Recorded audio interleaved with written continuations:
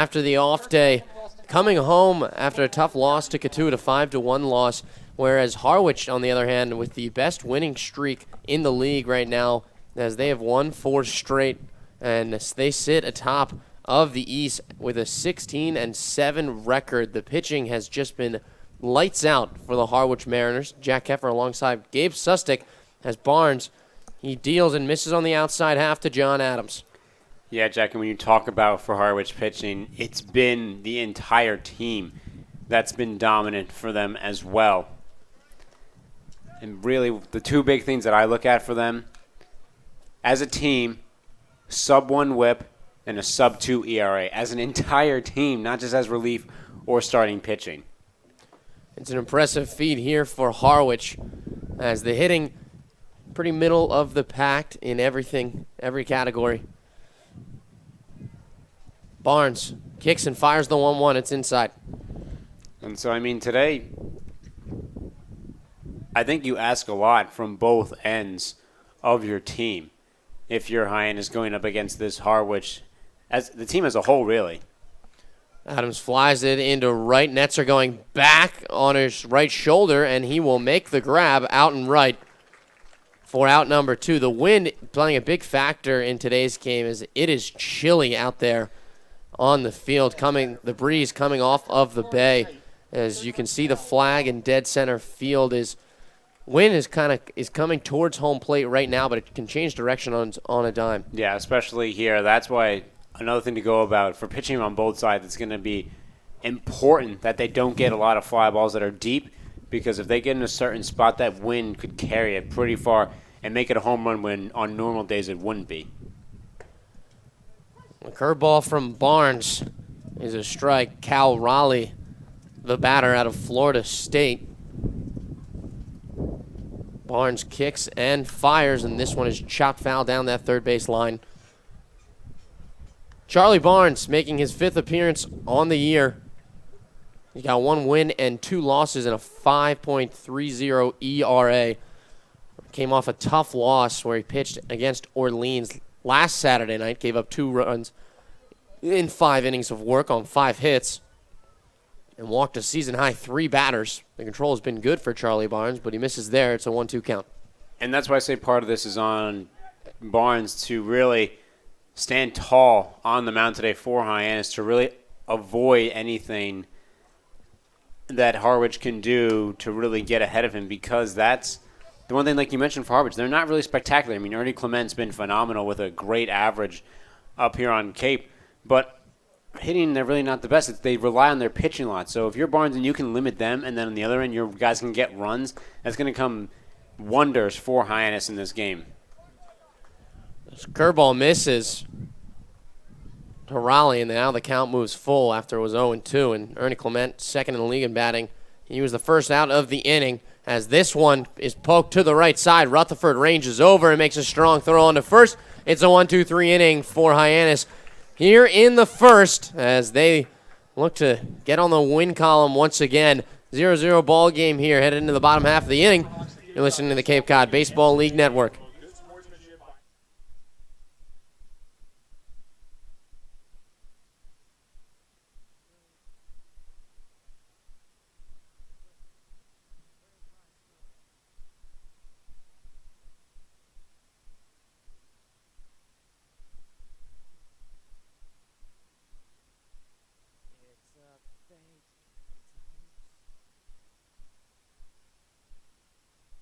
Who's pitching for them?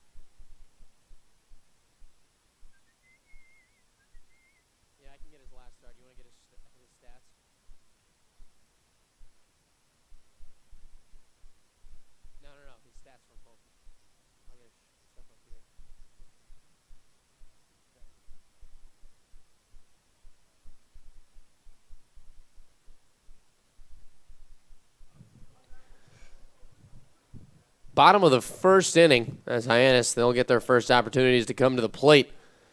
As Hunter Williams out of UNC will take the mound for the Harwich Mariners. Williams in his 5th start of the season, coming off of a loss against the YD Red Sox where he gave up 2 earned runs but 3 runs in 5 2/3 of an innings pitched, as Harwich was shut out on July 1st.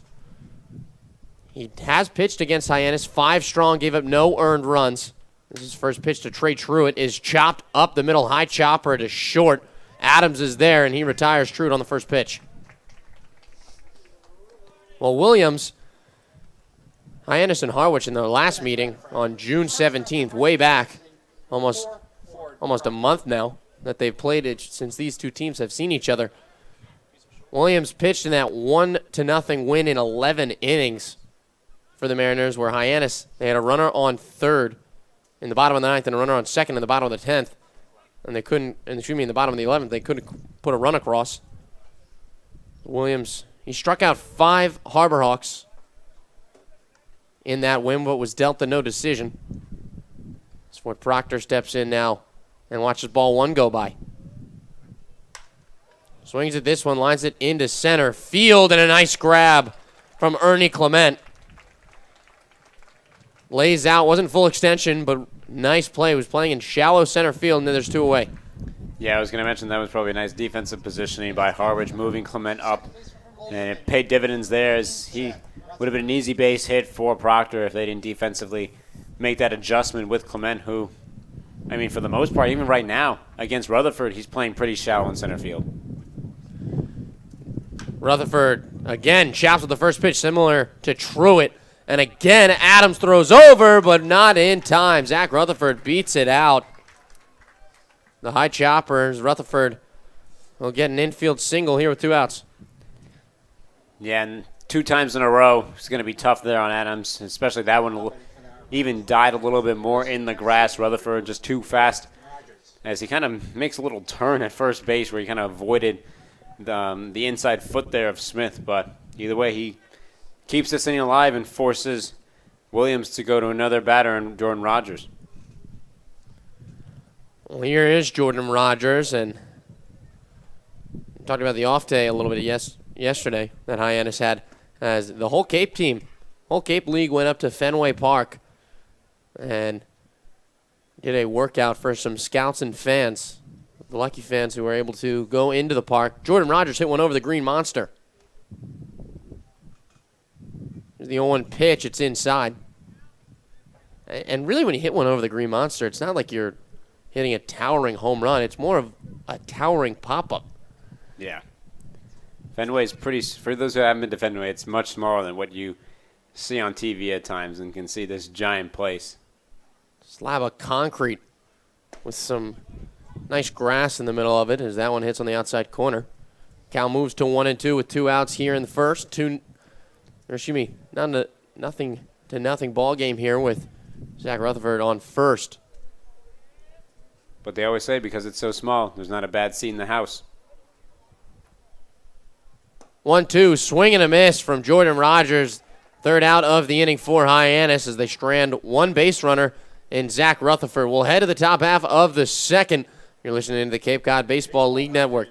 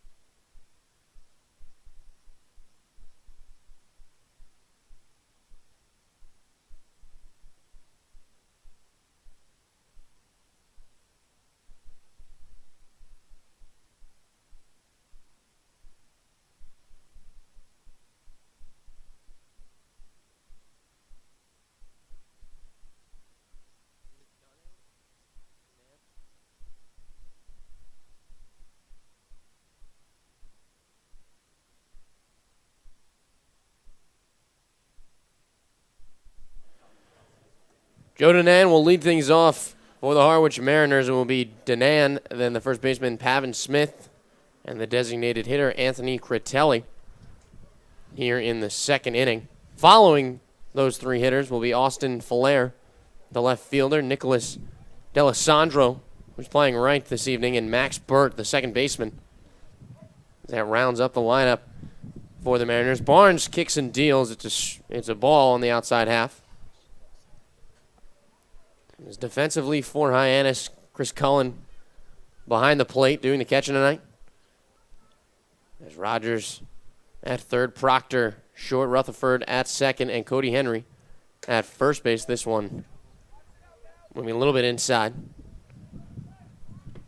Busby at third base. Rogers is out in left, Trude in center, and Brett Netzer out in right. Two infielders playing outfield for Hyannis. They have been the whole season in Netzer and Rogers, and that's just kind of how it's been for Hyannis. They've had a lot of depth in the infield. They haven't been able to get everybody in, so they've had to move players around. Rio pitches in there for a strike.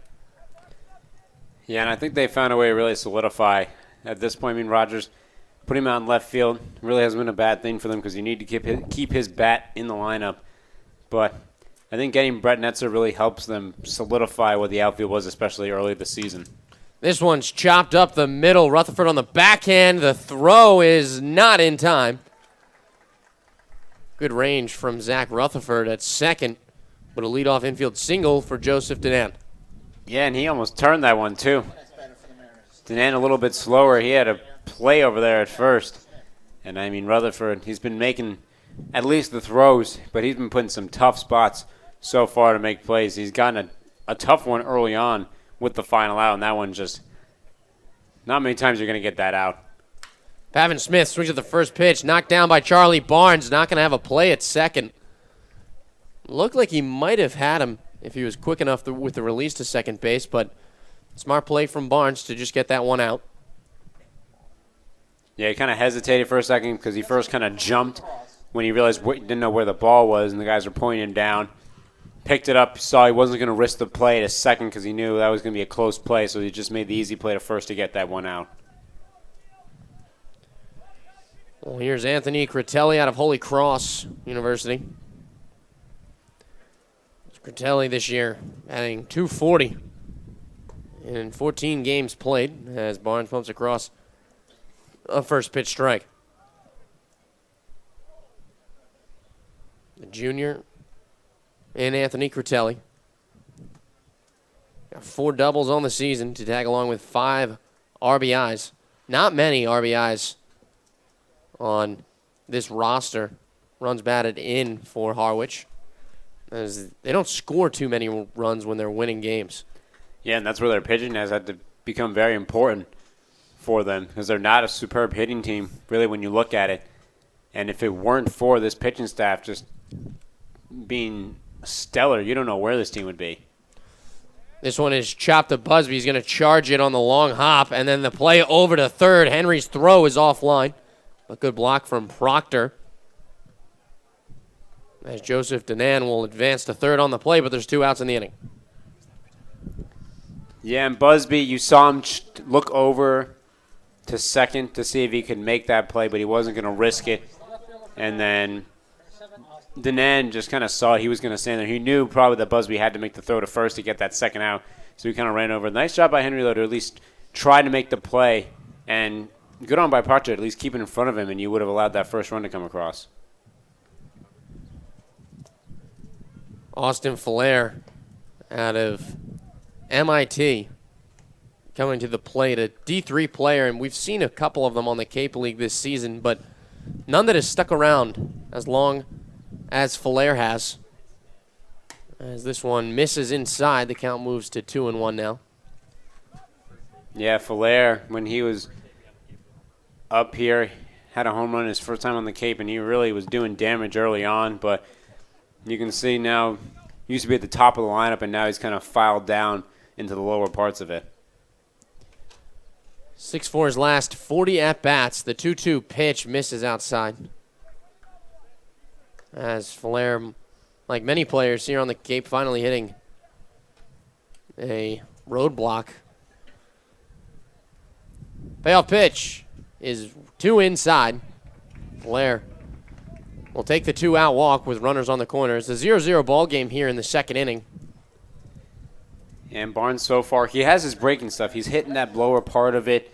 I mean, he's slightly missing outside against the righties. His biggest thing so far has been his fastball, where he's just missing inside on the right-handed batters, and that really, I think, might hurt him later on if he can just. I mean, it's really just slightly off. I mean, you'll see times where guys kind of sneak away from that fastball inside. He gets called for strikes, but he needs to just move it a little bit in, and then he could be working really well against these guys because that fastball really just lock you up if you're a right-handed hitter. First pitch to Nick D'Alessandro is way outside. And we talked about Harwich struggling to score runs. They've only scored more than 7 runs in a game 4 times on the season. It's now the 23rd game as D'Alessandro swings through that one to even the count at 1-1. But last game that Harwich played against Bourne, it was a 1-0 win. And then a 4-2 win against Bourne before that. 2-1 win against Brewster on Sunday evening. So you can see the trend of how they're winning these close games and not scoring many runs, but they're also not giving up runs. The 7 runs that they allowed to Brewster on Monday, July 4th, was the most runs that the pitching staff had allowed all season. Since that, they haven't allowed more than 4 runs. Guess who that was to? Hyannis in that 12-4 shootout that Harwich won. Wouldn't call it much of a shootout, unfortunately, for Hyannis. No, not for Hyannis. Second game of the season, a very tough loss for the Harbor Hawks. 2-2 count with 2 outs here and 2 runners on. Here's the pitch, curveball. It's in there for strike 3. Charlie Barnes gets the 3rd out of the inning, and he strands 2 runners for the Harwich Mariners. We'll head to the bottom half of the second. It's a 0-0 ball game here at McKeon Park. You're listening to the Cape Cod Baseball League Network.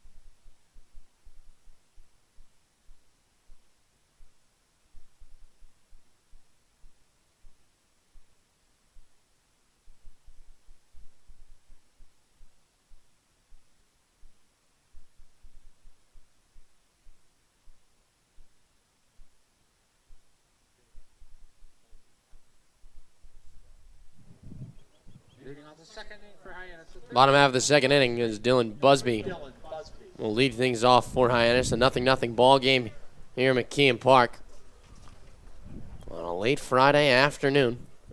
Early Friday evening, you could say. As Williams delivers, first pitch is on the inside corner for a strike. And Hunter Williams, we saw this the last time that he was here at McKeon Park. He's been humming this afternoon, hovering around 94 miles an hour on his fastball. His curveball also a huge threat as it just drops right in the zone to counter that fastball. As that one is a strike on the outside corner. It's a 1-2 count. We haven't seen the curveball yet, however, tonight. He's been all fastballs and changeups. This one misses up top.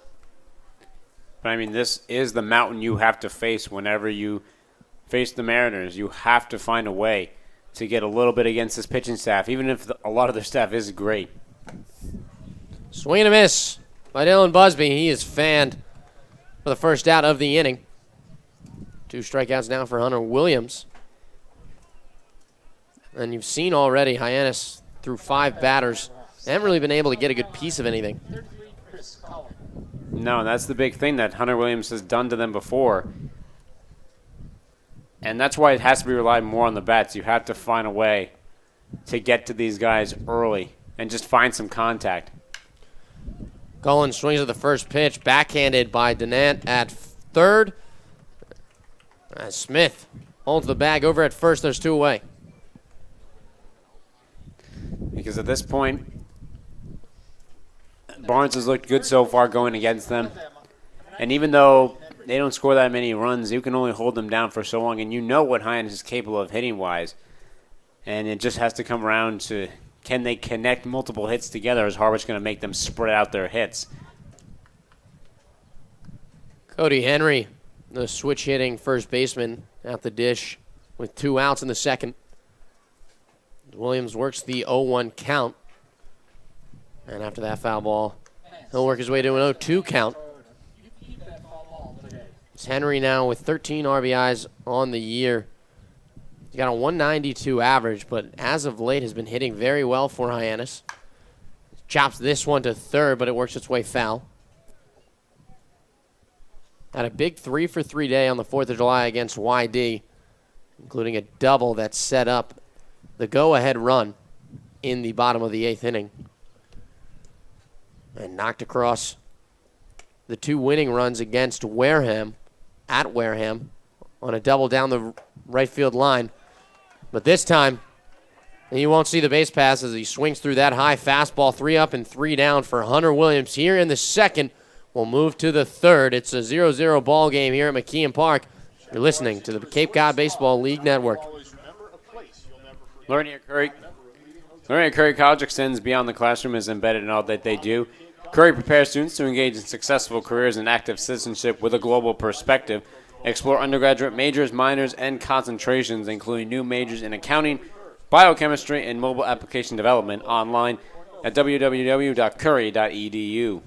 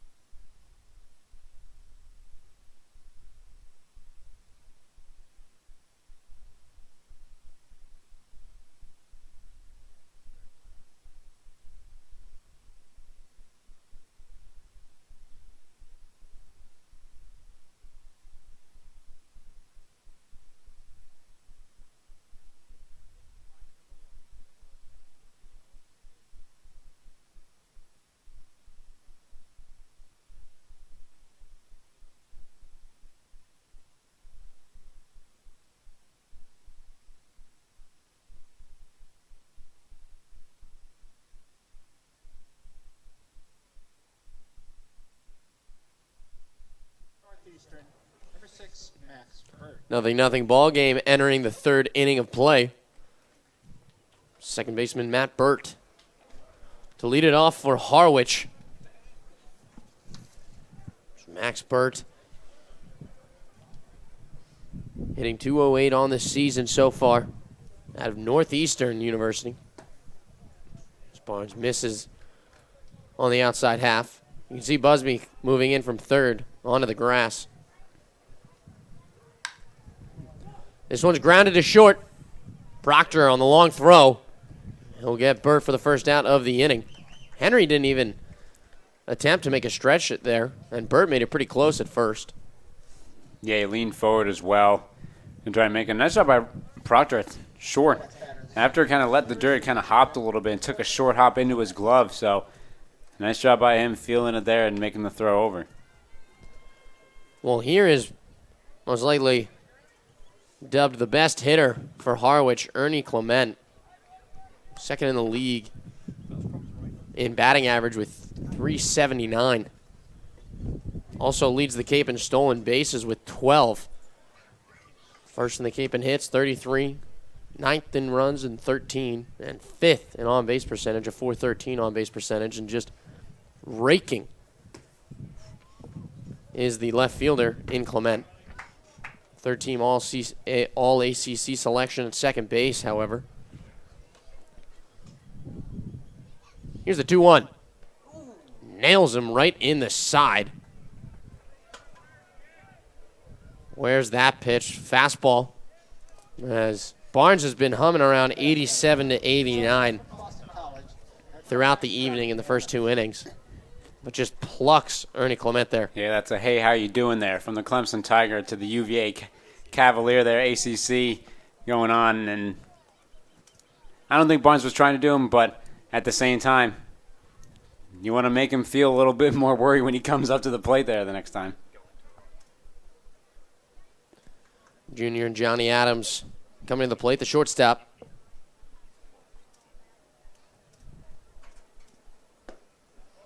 This one misses the zone.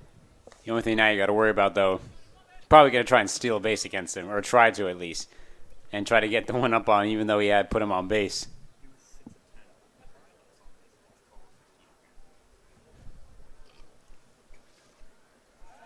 So throw over and check Clement. Johnny Adams out of Boston College, junior, and was the first junior ever in BC history to wear the number 8 jersey in honor of Peter Sonny Niktakis. That jersey standing for battling adversity and representing the best qualities for Boston College baseball. It's got to be pretty cool. Also, Carl Yastrzemski's number for the Red Sox, so it's a win-win.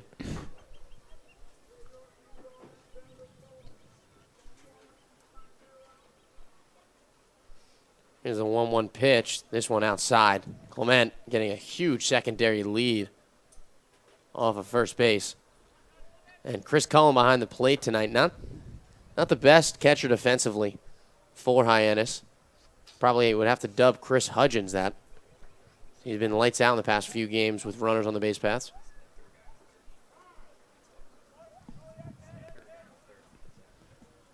Big play against Katuitt for Chris Hudgens, who gets the night off when he's had that big snap throw down the third with 2 runners on in scoring position. Got that second out of the inning. 2-1 pitch outside, snap throw down to first. Not in time. Heard you there. Trying to make a play of his own over to first. Yeah.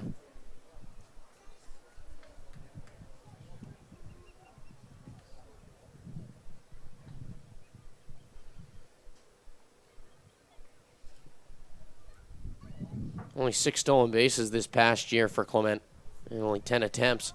He runs it here as Cullen, he bobbles it. There will be no throw downs, and Ernie Clement slides in safely for number 13, but it looks like he injured himself here. Grabbing at his, looks like at his fingers. Yeah. Strange play on the steal of second. Yeah, it's hard to say, but he's going to wave off any medical staff. Weird with his fingers. Didn't slide in with his fingers like into second. Normally you would think it'd be his foot if he kind of awkwardly slid in. I don't know if he glided his fingers weirdly on the dirt. Nonetheless, he'll be good to go. 1 out here in the third. It's a 0-0 ball game, and now Ernie Clement putting himself in scoring position for Johnny Adams. Adams will call time. Big pitch here for Charlie Barnes. Full count pitch.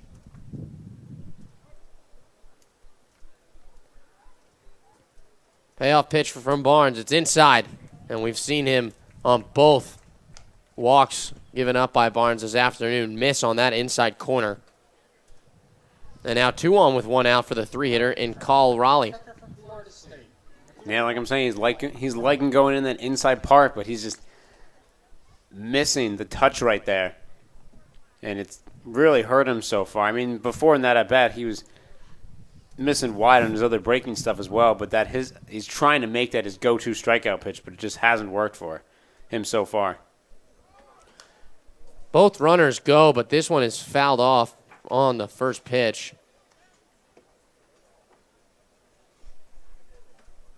He's on the season.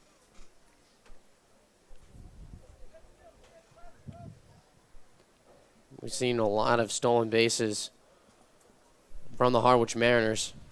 They're active on the base pass. They have to be. Team average hovering around 240. 0-1 is way outside the zone.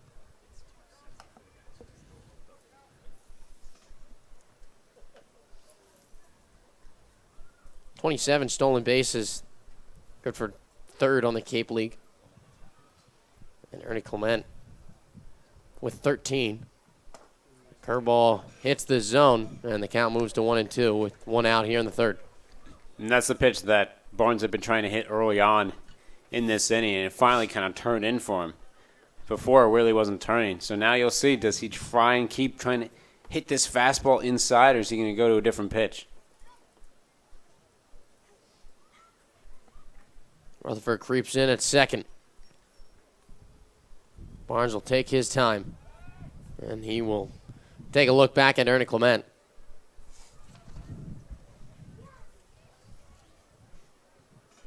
So far,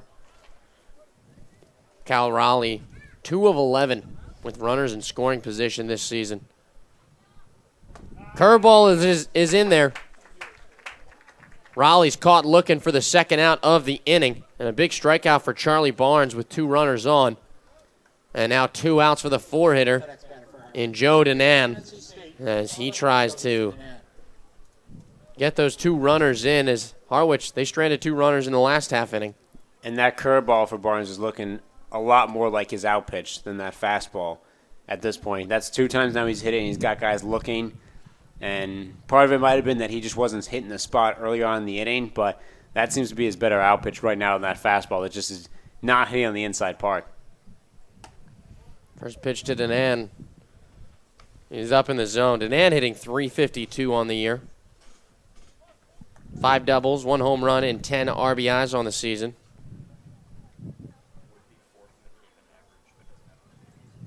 Only has 54 at-bats, however, and he would be 4th in Cape League average. With the at-bats, they disqualify him. 5 of 20 so far with runners in scoring position this season, as that one misses outside and Barnes falls behind 2-0.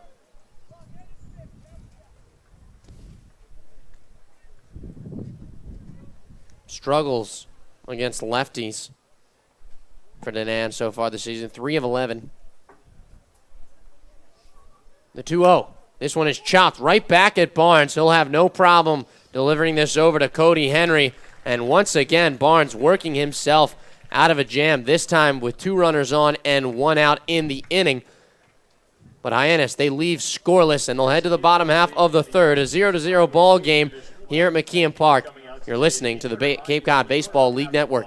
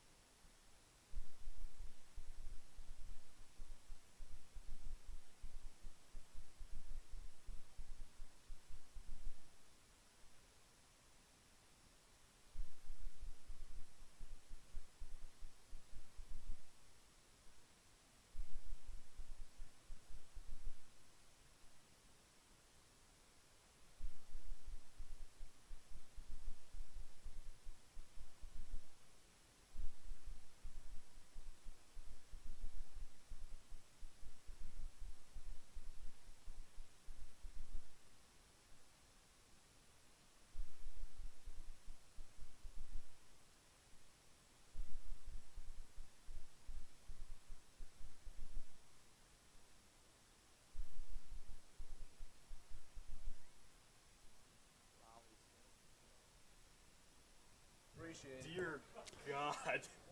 Bottom of the third here at McKeon Park. Scoreless ball game between these two teams is that was the case in their last meeting. Went 11 ending scoreless until Harwich finally poked one across against John Gavin, who has since been moved to the starting rotation. Carl Stadjahar swings and misses at the first pitch from Hunter Williams, who in those 5 innings pitched here at McKeon Park in his last start against Hyannis, he was outstanding. This one hits the inside of the zone. Notice a lot of times now for Cal Raleigh, when he takes a lot of pitches from Williams, he kind of leans in and stretches his entire right leg out. This one misses outside. He didn't do it there, but there'll be a lot of times where he'll just stretch his whole right leg out onto the other side and just kind of make himself lean in a little bit more when Williams kind of deals a fastball. 1-2 pitch misses low. You see a lot of catchers do that in resting positions usually with no runners on base. Wear and tear on the knees is quite something. 2-2 pitch. Chopped to short. Adams has got it. The throw over is in time.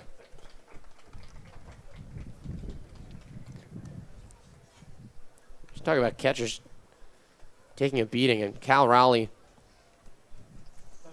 out of the University of Florida State. Probably caught 65, 70 games this season. And then he comes here. And he does get a day off, I assume, every other day, as that's what Hudgens and Cullen have been doing. Most catchers in the league do that. They'll trade off. But nonetheless, that's a lot of baseball being played in a crouched position. As you see, Raleigh does it there, and Netzer smokes this one, but what a grab by Pavin Smith to rob a hit from Brett Netzer. And there's 2 away here in the third. He would have robbed more than that. He probably robbed a double from Netzer. And that was just simply a nice jump, nice reaction there by Smith. Took it at the right point. He was in a glow spot there. First pitch misses from Trey Truitt. And you saw Ernie Clement also make a diving grab against Ford Proctor in the inning. That Virginia connection.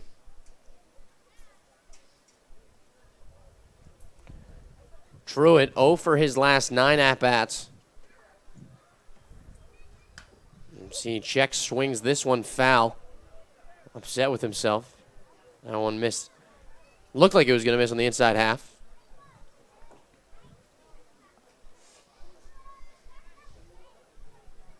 After a 3-game hitting streak, Truitt just all of a sudden not seeing the ball as well as he fouls this one off. It's a 1-2 count now with 2 outs in the third. 0-0 ball game. Both teams with 1 hit on the evening.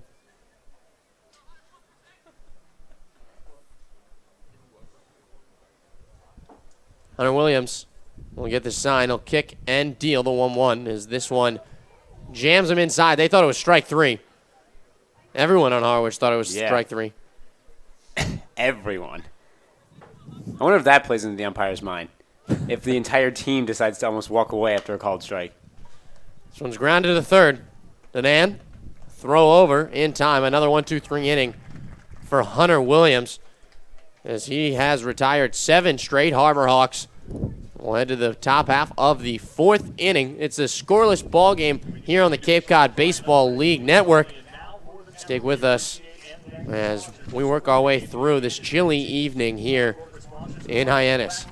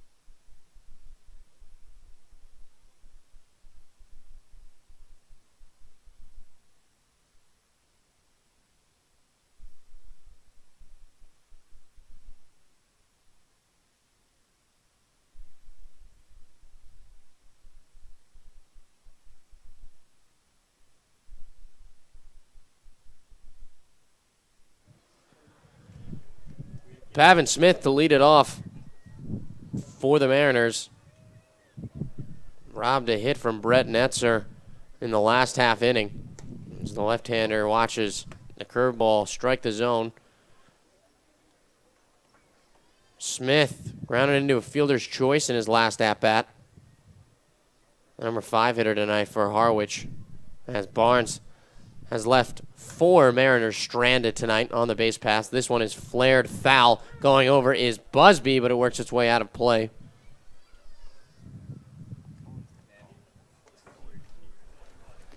And right there you can see what the wind is doing here at McKeon Park. Without all this wind, that's probably a pop-up in foul territory that Rogers or someone can make.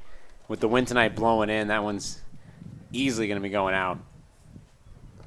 Swing and a miss from Pavin Smith. Throw down from Cullen is good, and 3 pitches, 3 strikes for Charlie Barnes. His 3rd strikeout victim of the evening, and there's 1 down. And this is what you want to see from Barnes. I mean, you see for Hyannis, they're struggling on their end of the offense. So you kind of have to put a little bit here on the Clemson Tiger to keep fighting through these Harwich Mariners and let your team have an opportunity. First pitch, Critelli knocks it into right. Second base hit of the night for Harwich, as they have put a runner on in 2 straight innings now.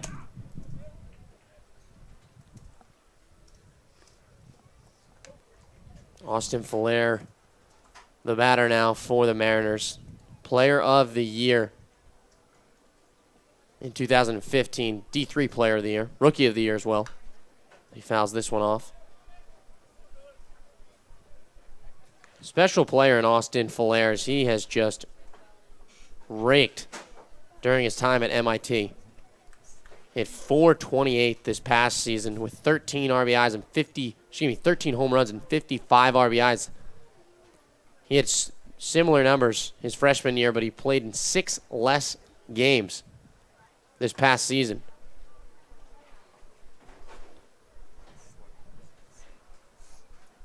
Slugged .838. Wow. Here's the 0-2 pitch. This one is popped up, working its way out of play. And that's why you have to credit him for coming in here and really showing up in the first games for Harwich, and that's helped them push to where they are at this point.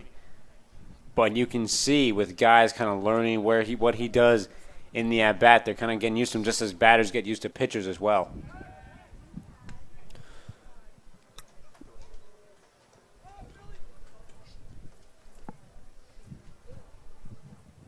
Flair has not hit well against lefties. 0 for 5.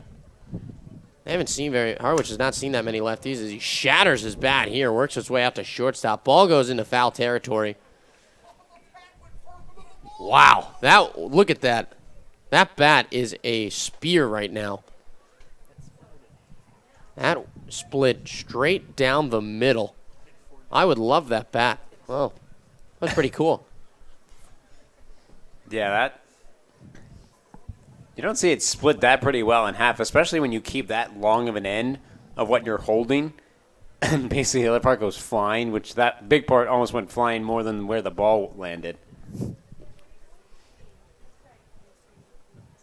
Normally you see those stay in play, too. Yeah. More times than not.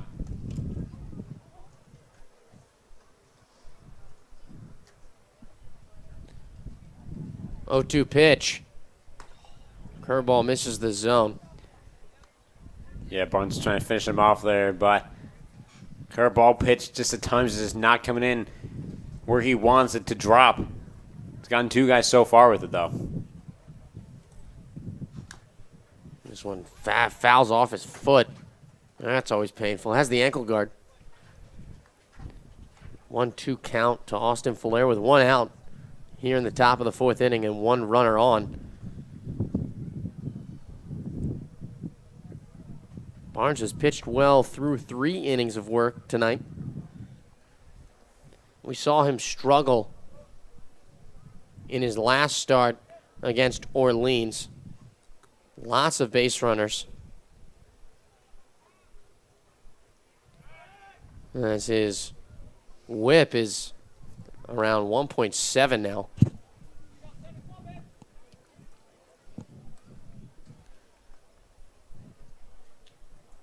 Wind still whipping around. 1-2 pitch. This one is chop foul again. Austin Flair putting together a nice at-bat, fighting off some good pitches from Barnes. Yeah, he spoiled that curveball from Barnes. That was the kind of pitch he wanted to have the first time where it missed outside. And Flair knew he had to swing at that one even if it was going to be fouled. Another foul ball. This time back into the screen. You wonder here for Barnes if he's going to try and go back to the fastball inside again to try and hit that spot. Has a few pitches to work with to do it. Works his way inside here and misses. We saw Charlie Barnes throw a little bit yesterday at Fenway. It's strange that the pitchers, they don't get an opportunity to show off what they've got. This one is chopped up the middle, could be two. Proctor won't have a play at second. He'll throw on to first and just barely gets Austin Flair, but nonetheless, 2 outs in the inning. And now another runner in scoring position for Harwich as Nick D'Alessandro makes his way to the plate. He's struck out looking today. Yeah, and Proctor so far has made some dangerous plays, but he's been able to turn them. I'm not sure if he got that one kind of stuck with him in his glove where he didn't want to flip it over. He just couldn't, and he quickly had to gather himself over to first. But he was past the bag, it looked like, when he got the ground ball. Big swing and a miss there from D'Alessandro on the curveball. 0-0 ball game in the 4th inning.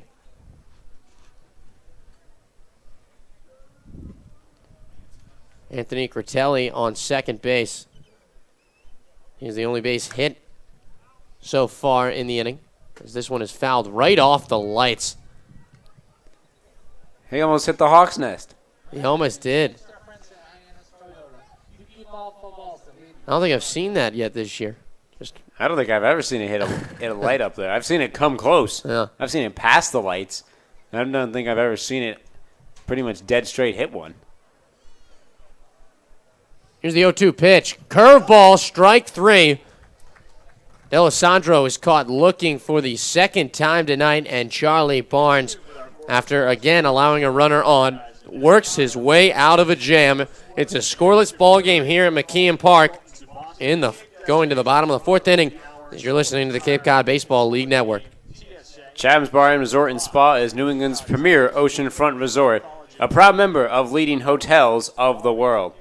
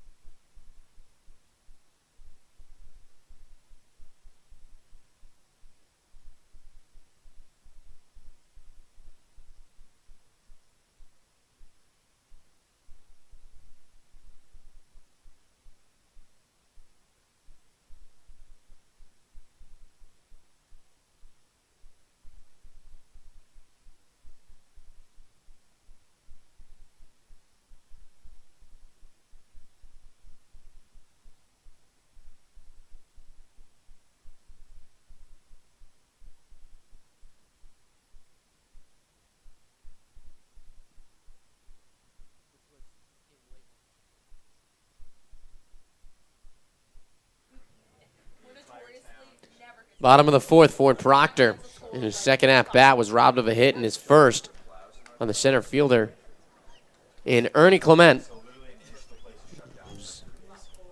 Hunter Williams still on the mound, has been cruising through 3 innings. As Proctor flares at this one, knocks it foul, hits the top of the third base dugout.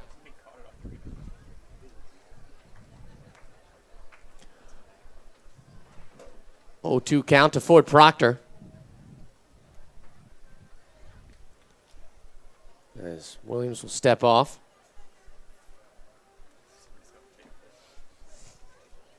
Payoff pitch, swing and a miss from Ford Proctor as Raleigh will whip it down to the third baseman. 1 away as Hunter Williams now has fanned 4 Harbor Hawks. And he's got such a quick motion that, he's basically the opposite of John Gavin. Gavin is methodical on the mound. He just whips it right in. This one just makes its way foul down that third base side. And sometimes that helps. You'll see any kind of pitchers, they'll go faster. But Hunter Williams is always going fast. Once he gets the pitch, he sets up so quickly. You see that fast delivery. Misses inside here to make it 1-1.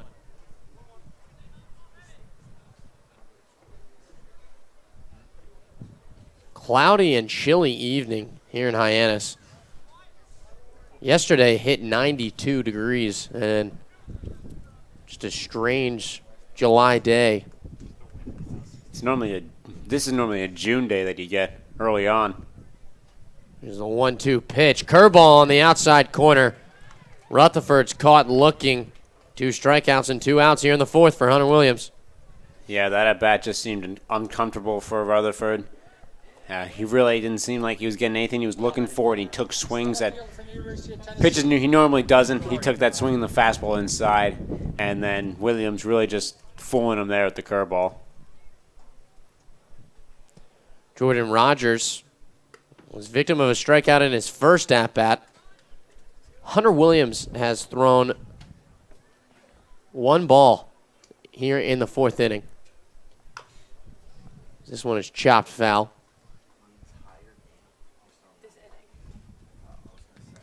Williams has just been fantastic as he was in his first start. And like you said earlier, Gabe, Harwich, whoever they throw out on the mound is they're just lights out. Williams has a sub-2 ERA, but he's not one of the best. He does not have one of the best ERAs on the team. Yeah, that's why, even though I say you have to chase him off of the mound, you have to do that either way because you just have to find a way to get another pitcher. Williams has really done very well against Hyannis, and if you're the Harbor Hawks, you just need to want to see another guy on the mound. The 2-2 pitch misses outside. Williams is upset with the call. Thought it hit. But nonetheless, we'll witness our first full count pitch from Hunter Williams in the game. As Rogers swings through that one. 3 up and 3 down via strikeouts for Hunter Williams.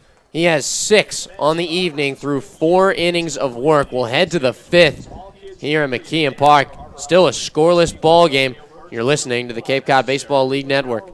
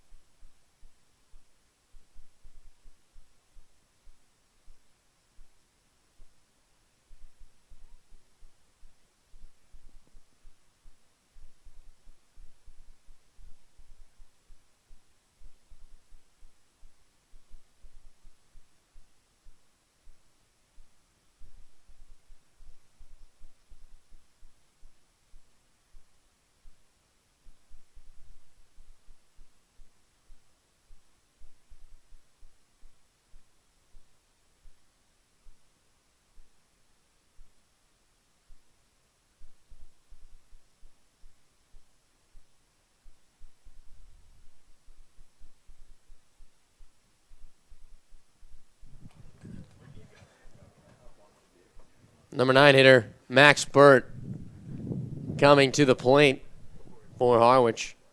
The second leadoff hitter, as they so often call that 9 hitter. Burt 0 for 1 on the day. He grounded to short in his last at-bat in the second. And he'll swing through this curveball from Barnes, and quickly it's an 0-2 count. 2 hits on the day for Harwich. But they've already stranded 5 runners as Burt golfs this one out of play over in the left field side.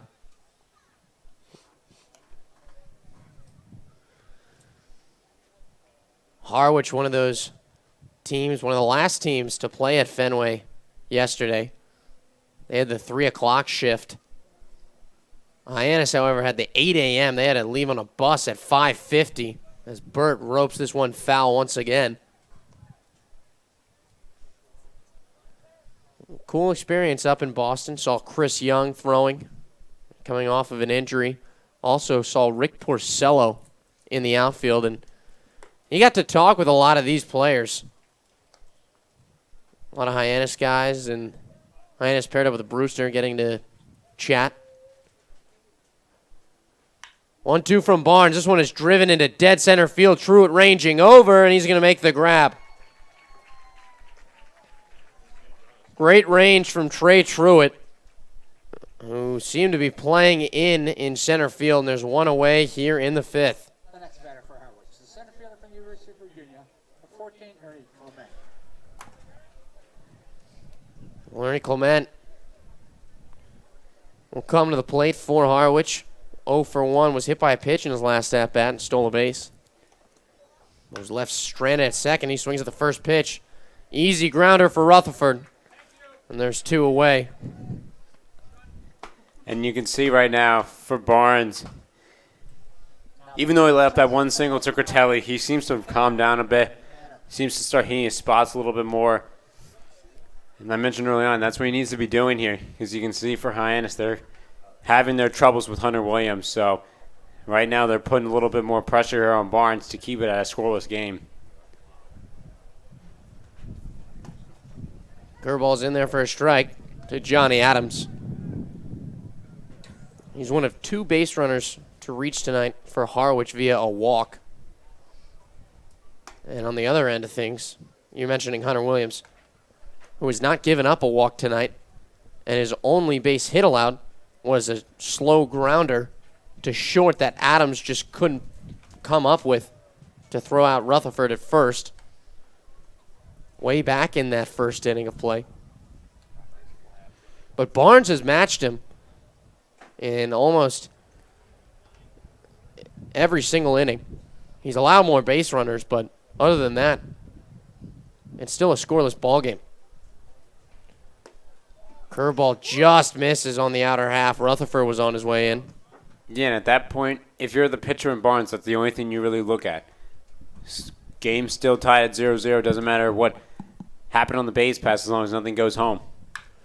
This one is roped past the diving Rutherford. As Johnny Adams is on his way to second. Truitt bobbles it out in center, and he slides in safely. Just kind of a mental lapse there from Trey Truitt out in center field, who was too lackadaisical with it. And Johnny Adams took a hard turn around first, and then he'll be credited with what I think will be a single with an error. And really there for Truitt, he kind of just missed over Proctor at second. He probably had a decent shot as he was in shallow center field. Adams turning a little bit late, but either way, Hyannis is giving a little bit more hope here to Harwich in this inning. 2 outs in the 5th, and now a runner in scoring position for Cal Raleigh, who also came up with 2 runners on back in the 3rd, but struck out looking. Fastball is in there, and the count will move even at 1-1. But the one thing that you like for Barnes is he's already been in this spot. He's got his pitches down at this point where he wants to put them, especially against right-handed hitters. And at this point in Hyannis, you have to put his trust in it. Pickoff throw back over to second is not in time. Adams gets dirty. And man, Zach Rutherford, I'll tell you, so far he's had to make a lot of tough plays out there at second base. Already, I'm counting at least 3 tough plays, not even including the one that he just made right there. Fastball hits on the outside half, and understandably, Cal Raleigh not liking that cause. The outside half has kind of been off limits so far for the strike zone. But nonetheless, Barnes works the count to 1-2 with 2 outs here and a runner on second. This one is chopped just foul down the third base line. Barnes once again trying to go that inside fastball. And this time, Raleigh just turning on it, so you wonder, does he try it again, or does he try to go back with the curveball as it drops in from the outside? Barnes comes set. Here's the 1-2 pitch. Curveball misses way outside. Couldn't get it to drop in the zone. Kind of left his elbow hanging. And this has been really the only thing for Barnes. I mean, he's got 2 strikeout looking so far, 3 strikeout looking. So he's found that pitch at times, but it's just been hitting at the times that he needs it, and this is the point right now. Harwich trying to put a runner on the board, but it won't happen as Cal Raleigh strikes out for the second time today, and Charlie Barnes nulls the late threat from the Harwich Mariners. We'll head to the bottom half of the inning. Both teams still looking to get on the board here at McKeon Park. Stick with us here on the Cape Cod Baseball League Network.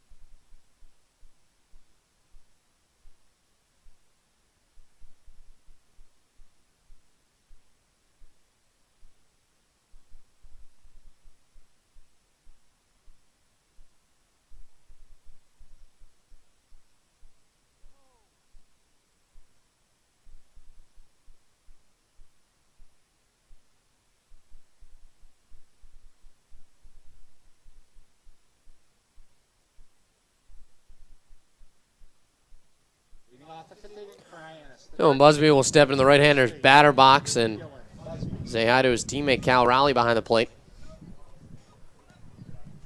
And boy, if Hyannis could get on base only, they could do some damage stealing bases. Cal Raleigh, he's overthrown every runner so far. Busby smacks this one into deep right field, but it's not going to carry much as Ernie Clement will get under it at the warning track. Boy, Busby kind of golf swinged that one out of the lower region of the strike zone. And it just hung up there for quite some time. Most likely was knocked down by that wind that's blowing in. And that honestly might have been the best scoring chance for Hyannis this evening. Yeah, not only did it not make it far as it probably should have from Busby, but it also kind of hung up there a long time and allowed Clement to get under it. But that's what the wind in McKeon Park does to you. It can help you or it can hurt you. Cullen works a 2-0 count as James Harrington warming in the bullpen. Most likely he will come into the 6th inning. We saw Chad Gassman shake the hand of Charlie Barnes, who hasn't pitched longer than 5 innings this season yet. Here's the 2-1 from Williams. At the knees, just misses, and Williams a little bit upset with that call. He's been a little bit disappointed in a few calls from home plate umpire Tim Carey. 3-1 is outside, and Chris Cullen will take the walk down to first base. First walk issued by Hunter Williams. And now there will be a mound visit here. No one warming in the Harwich bullpen, as Williams has been absolutely spectacular. Throughout these 4 innings pitched, he's got 6 strikeouts.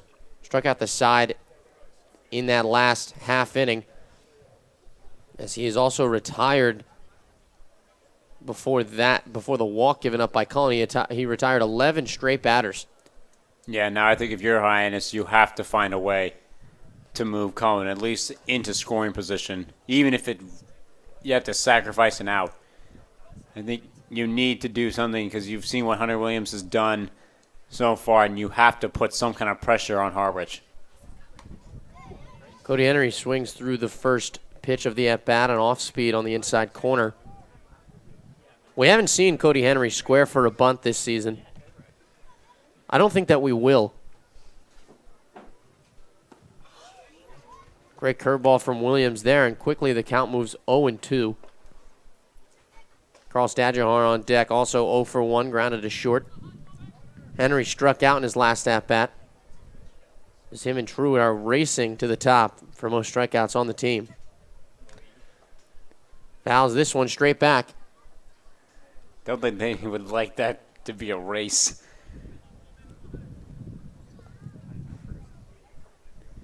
Looking at the pitching for Hyannis, there are six Hyannis pitchers with a sub-3 ERA. For Harwich, every single pitcher on their team, except 4 guys, are sub-3. Out of 18 pitchers, 4 are higher than 3 earned runs. And granted, earned runs are bloated at this point in the season because of so few innings pitched. But nonetheless, it's a pretty impressive stat. And so is that curveball from Hunter Williams that Cody Henry swings straight through for the second out here in the 5th.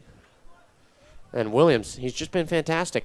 Yeah, everything we've talked about, everything that pitching staff has done has been impressive. And it's had to be that, though. They've had to be impressive because they kind of mask how unimpressive the hitting has been for Harwich. If they don't have this good pitching, they could well be in last place in the East. Stadjahar swings through that one. Now 7 strikeouts for Hunter Williams, who topped out at 5 in his last start against Hyannis. The offense for Hyannis, as of late, has not been great.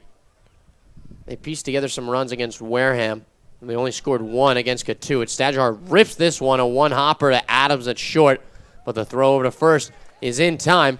So after the walk issued by Williams to Cullen, he retires 2 straight batters to end the 5th inning. And we'll head to the 6th, a scoreless ball game, as James Harrington will trot his way to the mound in relief of Charlie Barnes. You're listening to the Cape Cod Baseball League Network.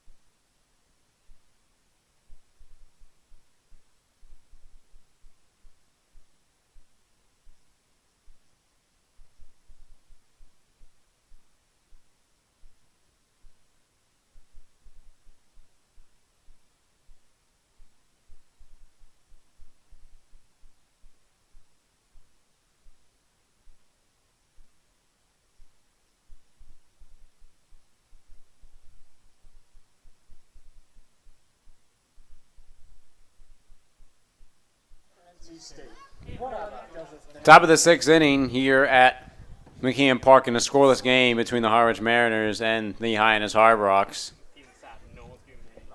As a change in pitching now for Hyannis as James Harrington, the New Mexico Lobo, will step in as he replaces Charlie Barnes. 5 innings pitched for Barnes, 3 hits, 2 walks, 5 strikeouts, no earned runs. And he relieves it to Harrington, who had a stellar relief appearance. Deals the first pitch, misses inside to Joseph Danan for ball 1. As he came in the game against YD, the game here at McKeon Park, relief of Andrew Gonzalez, 3 innings pitched and 4 strikeouts for Harrington. Next pitch is a grounder, chopped foul on the third base side. It'll be a 1-1 count for Danan. So Harrington looking to reflect the same kind of outing that he had before as he has relieved Charlie Barnes, who at this point for Hyannis has been really the hero. Hyannis with only 1 hit so far on the day.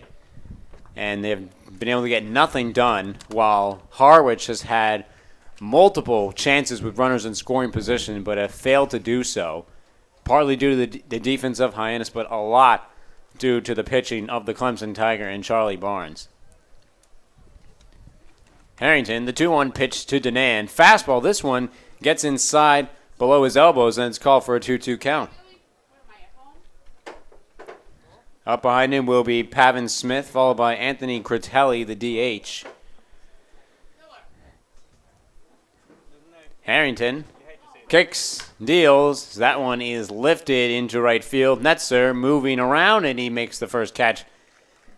And the first out of the inning is away. Still no one warming up for Harwich, and so we'll likely see Hunter Williams enter the game in the 7th inning. And why not, since he's only limited to Hyannis to one hit, that one hit being an infield single that was run out well by Zach Rutherford. Yeah, Hyannis has not touched him.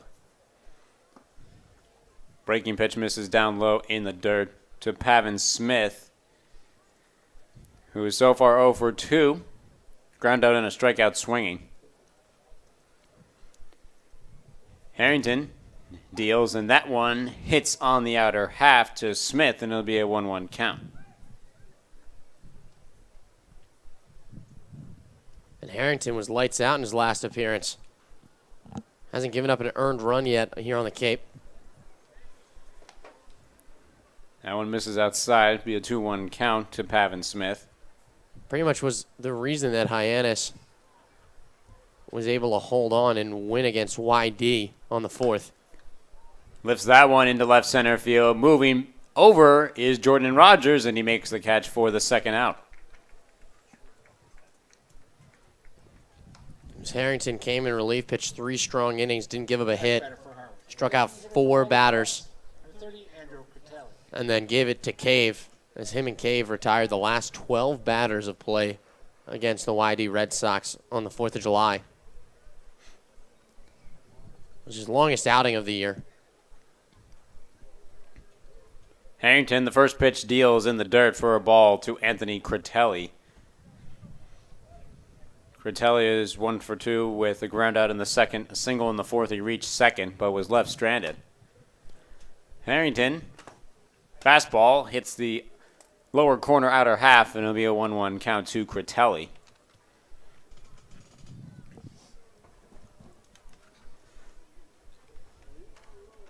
Two outs here in the top of the 6th inning, and that beautifully dropped in there on the inside part of Critelli by Harrington, and he's a 1-2 count. Establishing that inside corner. Uses the curveball to do it. Hit foul there by Critelli as he stays alive with a 1-2 count. 0-0 game, 2 outs, top of the 6th inning from McKeon Park. After all Cape League teams returning after being up in Fenway. Swing and a miss down low by Critelli. And James Harrington works a 1-2-3 inning for Hyannis, and he keeps it at a scoreless game as we head to the bottom of the 6th inning here on the Cape Cod Baseball League Network.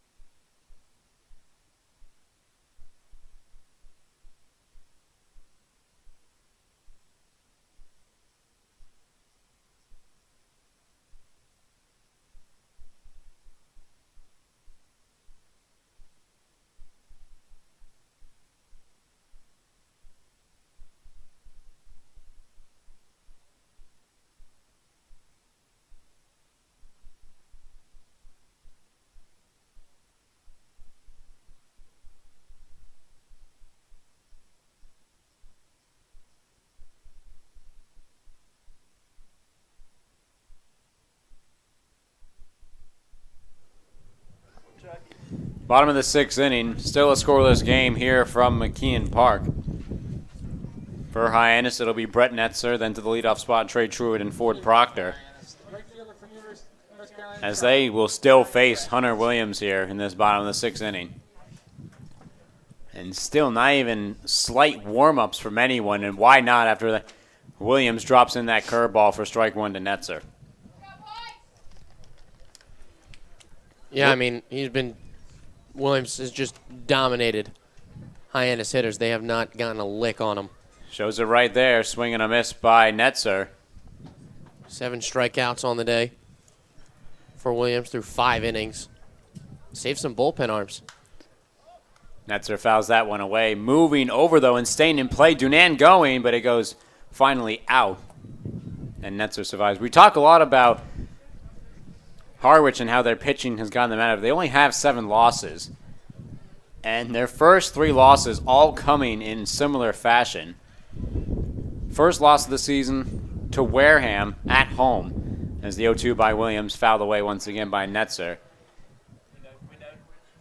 Wareham scored 1 run in the top of the 9th to win 3-2 and give Harwich their first loss. Second loss at Orleans.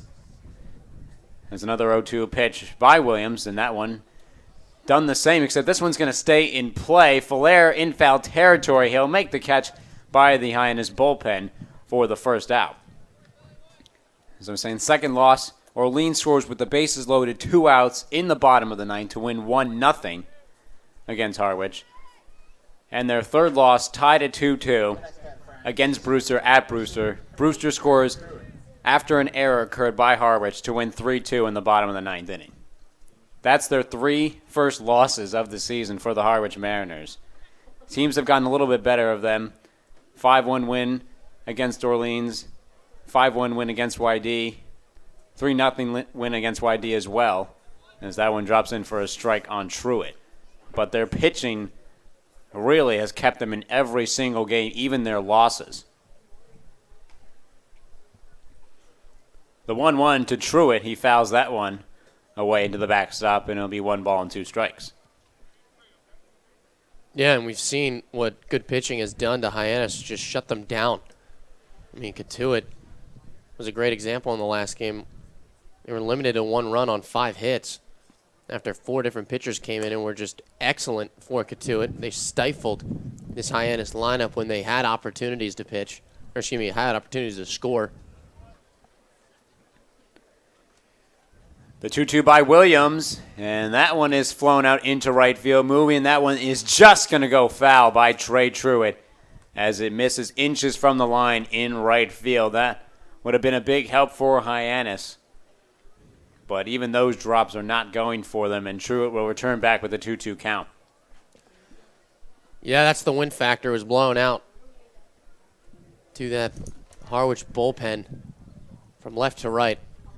Just sliced, barely foul.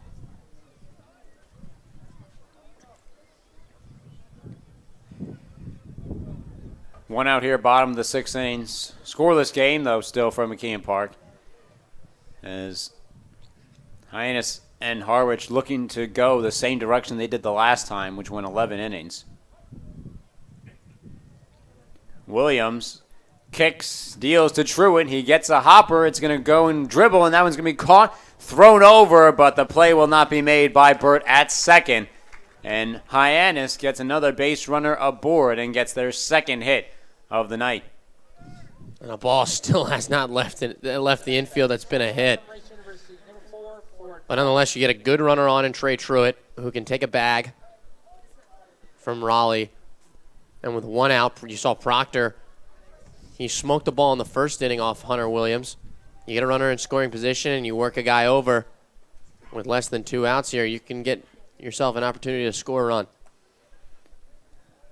So here's Ford Proctor. It's the first pitch, and going immediately there was Trey Truitt, possibly on a hit and run. I would say more of a run. I think it didn't look like Proctor was really geared up to smack that one. But Truitt was, I mean, he's probably going to go on every pitch. 1 strike to Proctor.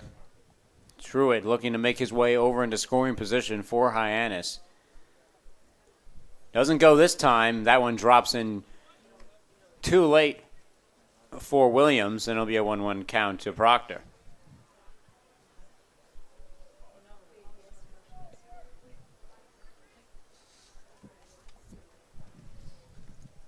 The 1-1 pitch, and that one catches the outer half on the other side of Ford Proctor, and he sits with a 1-2 count. That outside pitch has been really hit or miss for pitchers today. Williams gets it there, but hasn't on a lot of calls recently. The lefty deals. Truitt goes. Swing and a miss by Proctor. Sliding in is Truitt. The ball misses the initial catcher in Adams, but Burt is there to back him up. And backing them up even more would have been Clement. So Truitt was not going to get anywhere even on the misplay. Proctor, though, does go down on strikes, and it's 2 outs here in the bottom of the 6th, but a runner in scoring position for Zach Rutherford, who steps into the right-handed batter's box. And honestly, if you're Coach Gassman, you'd really like to see Proctor just kind of wait and let Truitt take second base instead of, as you see Truitt, he went twice in the at-bat, and Proctor fouled off pitches then. I don't think there was a hit and run on. You'd like to see Proctor kind of let Truitt do his damage on the base pass and then have Proctor hit. That one's lifted into center field. Clement, though, is right there, and he leans in, and he makes the catch to end the inning as Hyannis leaves Trey Truitt stranded at second. And we head to the 7th inning, still scoreless at McKeon Park here on the Cape Cod Baseball League Network.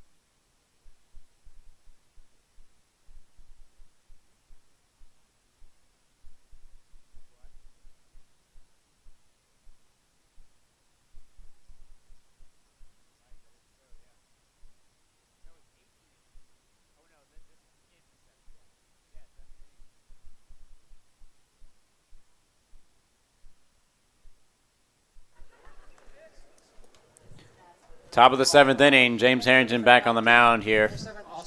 Still a scoreless game here at McKeon Park as we've now played 17 total innings between these two teams here at McKeon Park. And 1 run has been scored between these two teams. That was in the 11th inning by Harwich. The 1-0 by Harrington fouled away by Austin Fuller, and it'll be a 1-1 count. And it's looking similar to that night as well. That was a long night. 11 innings of scoreless baseball and almost hitless baseball. Combined 5 hits for both teams. Harrington, breaking pitch, and he almost made Fuller trip over his own feet. And he'll sit with a 1-2 count. Yeah, swung out of his shoes there. Great curveball on the inside half from Harrington. Fuller kicks, and that one is swung down low by Fuller as Harrington deals, and he gets the first out. Another strikeout for James Harrington, and he puts one away for Hyannis. Matthew Naylor, from North Florida, warming up in the bullpen for Hyannis. And Tyler Stevens is lightly throwing, but right now he wants to leave it to his teammate in Harrington as that one is foul tipped by D'Alessandro to the backstop. As D'Alessandro so far 0 for 2, both strikeouts looking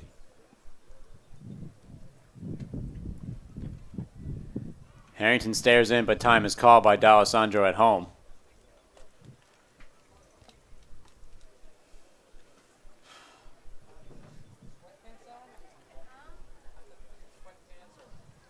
Harrington deals, and that one misses inside down low to D'Alessandro for a 1-1 count. Behind D'Alessandro will be Max Burt.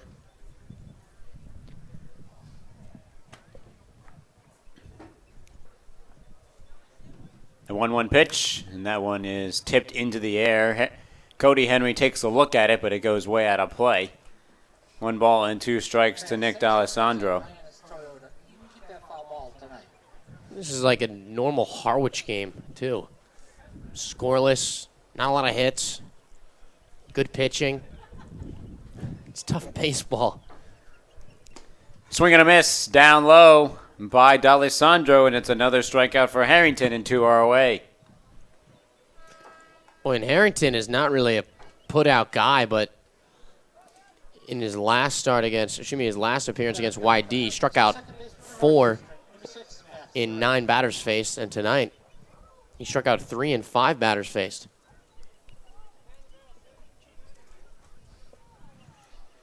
So now in comes Max Burt, the second baseman.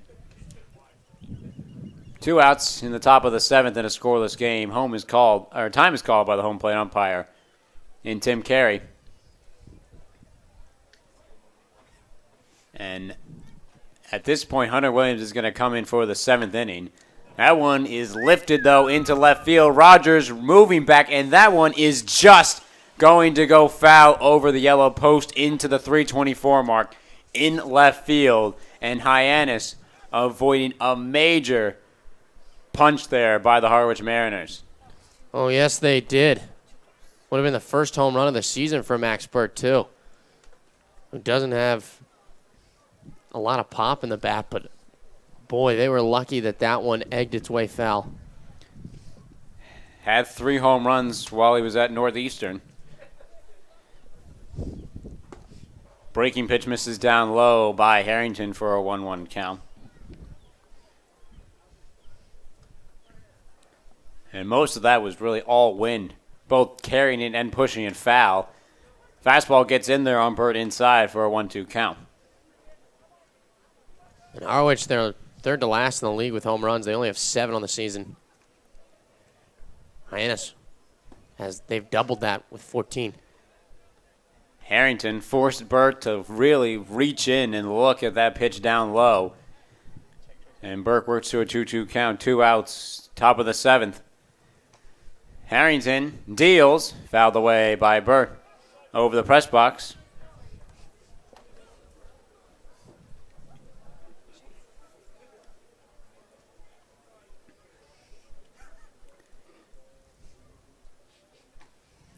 Harrington sends that one. That one is going to be hit foul on the dirt again.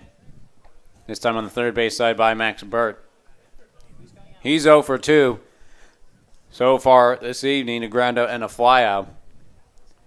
Harrington making it possibly going 0 for 3 with a strikeout, but Burt fouling a lot of pitches off here in this at-bat. As Harrington will try again, and that one is going to be played in fair play. Busby at third deals it over. Down low, Henry makes the grab, and 1-2-3 go the Harwich Mariners with 2 strikeouts via James Harrington. He has 3 in relief as we head to the bottom of the 7th inning, still in a scoreless game from McKeon Park on the Cape Cod Baseball League Network.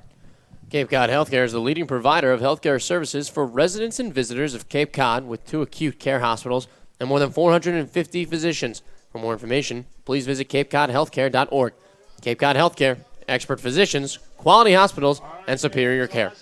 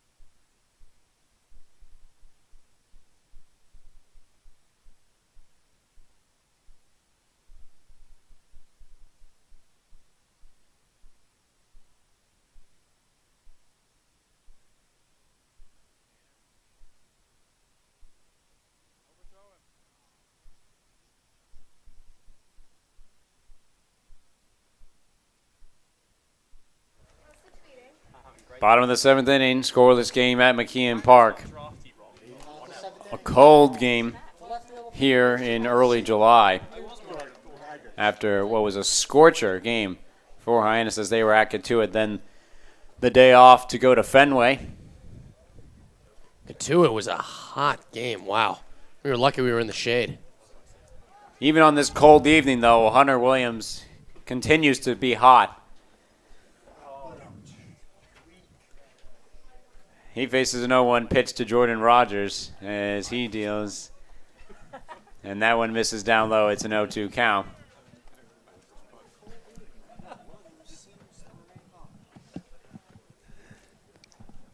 Williams deals once again. That one misses outside and down low, and it'll be ball 1 to Jordan Rogers. He's 0 for 2 with 2 strikeouts swinging. Williams deals. That one stays in play. Williams is going to have to make a spin move over, and that hops in the dirt.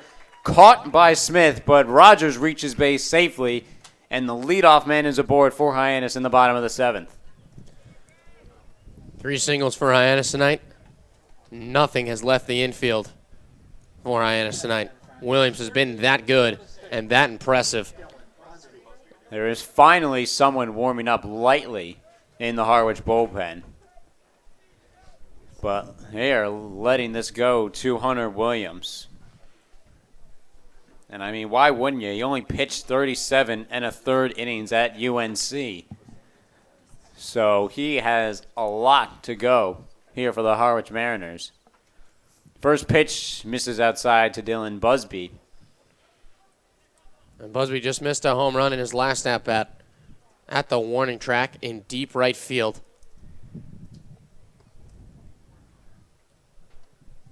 Roger goes, throw over, and that one's going to overthrow once again, but Rogers will stay at second as Raleigh can't seem to hit second base, as we've seen it in warm-ups multiple times where he overthrows the guys, and he did it once there. Hyannis is able to capitalize, and now they have a man in scoring position with no outs. Yeah, every single throw down to second has been like that. Even in the warm-ups, it's just getting away from him. And that's why Hyannis, they need to get themselves on base anyway, anyhow. It's a 2-0 count to Dylan Busby. Williams deals a breaking pitch fanned by Busby for strike 1. A big changeup. Nasty changeup. It dipped at the end, too. Now some serious warm-ups going on in the Harwich bullpen.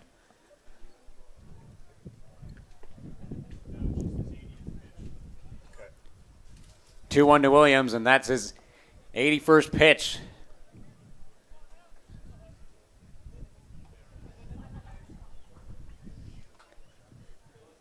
Three-one count to Busby. Chris Cullen sits on deck for Hyannis.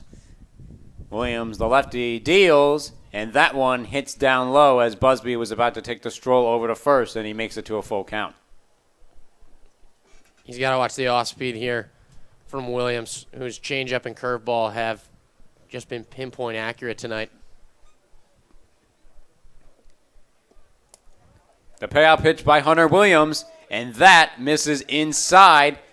And now 2 men aboard for Hyannis. A walk dealt by Dylan Busby, and the dugout of Harwich kind of chirping a little bit. They thought that one was going to be called for a strike. So 2 men on now. Someone is warming up for Harwich, but at this point it looks like it's going to be still the game here for Hunter Williams, as now Ron Polk is going to go and talk to Cullen. And Hyannis, they're clearly best scoring position so far of the evening. And there is going to be a meeting on the mound for Harwich, as the pitcher warming up in the bullpen has really not been going for that long.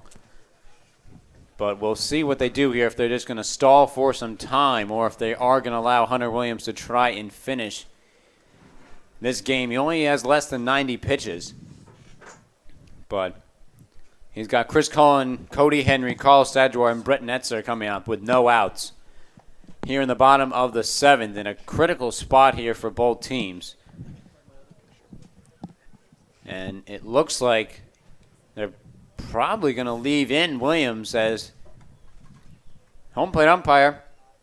Tim Carey is going to go out there and have a long chat. He's going to sit in on the conversation, trying to tell them that the meeting's over, and Harwich is still sitting there waiting. And he finally forces them to stop, and they will all head back, and Hunter Williams will remain in this game.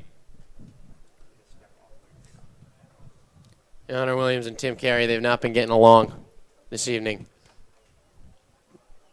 Williams has been painting corners, and especially on that last pitch to Busby, that inside pitch.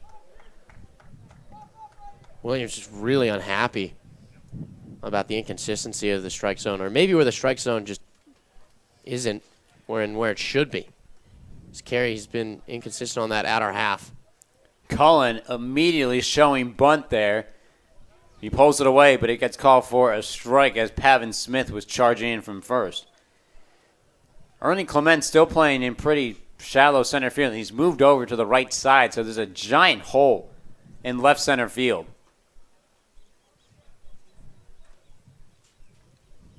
The 0-1, and Cullen immediately shows bunt once again.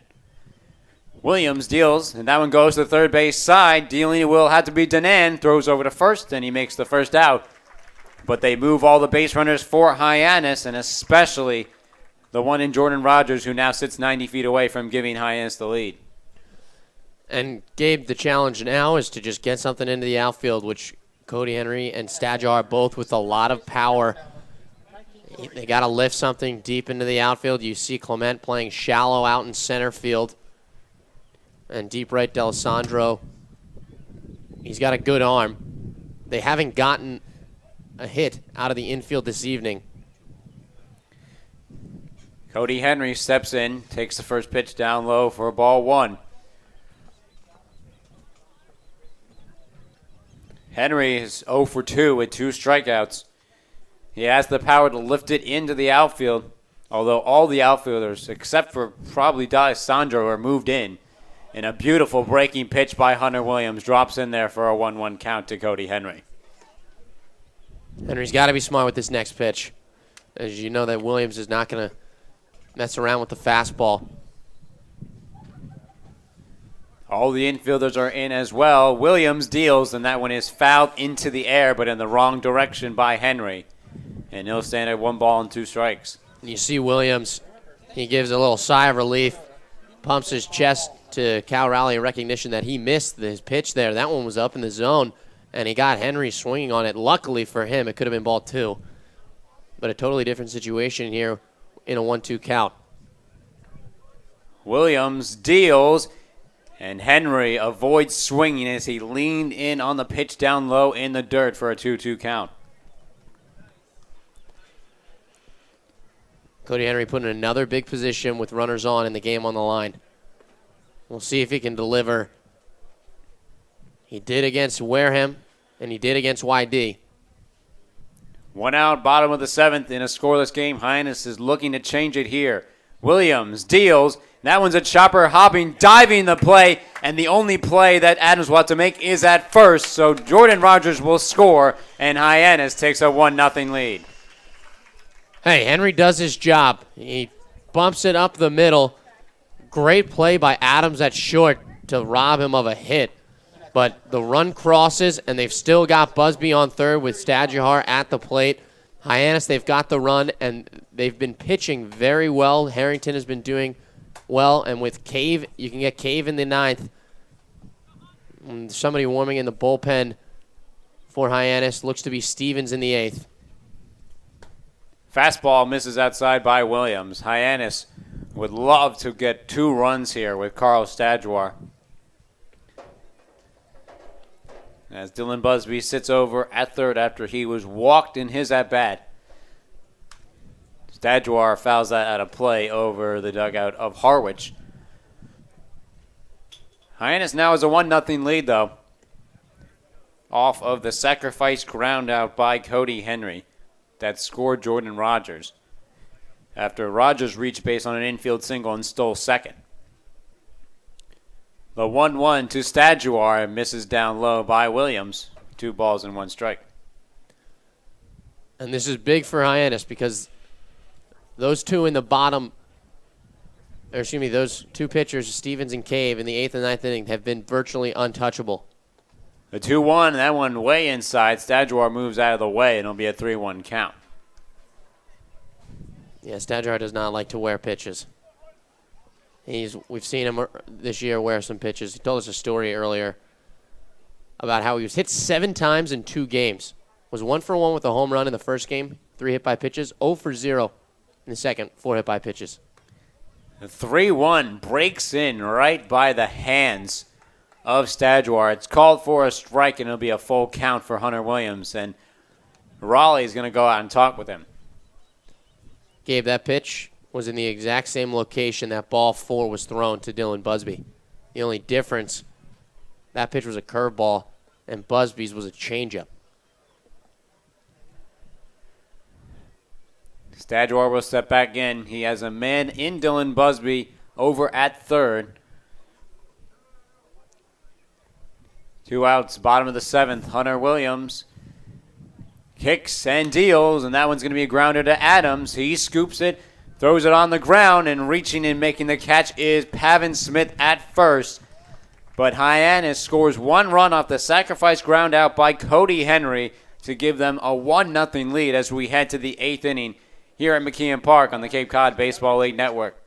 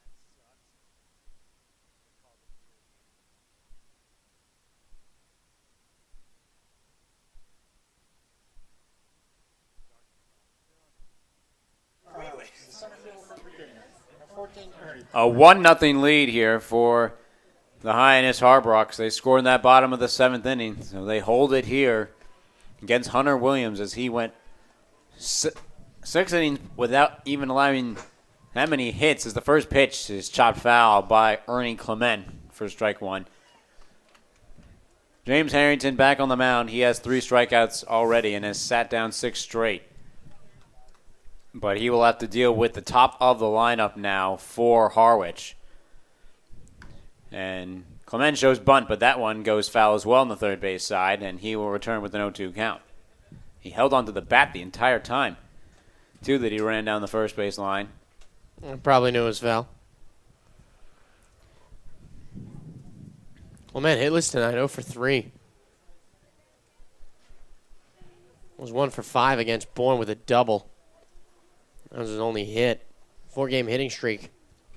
The 0-2 by Harrington. That one just avoids the glove. It goes over to Proctor, though, at short. He hits a grounder, and it's scooped up by Cody Henry. And it'll be a 1-6-3. First out here for Hyannis. Yeah, what an out there. Clement smoked that one. Harrington knocks it down, and Proctor finishes it off. Not too bad. So Hyannis avoids any real danger there, and now it's Johnny Adams who steps in. 1 out here in the top of the 8th. Adams is 1 for 2. Flew out in the first, walked in the third, and then singled in the 5th, and reached second on an error.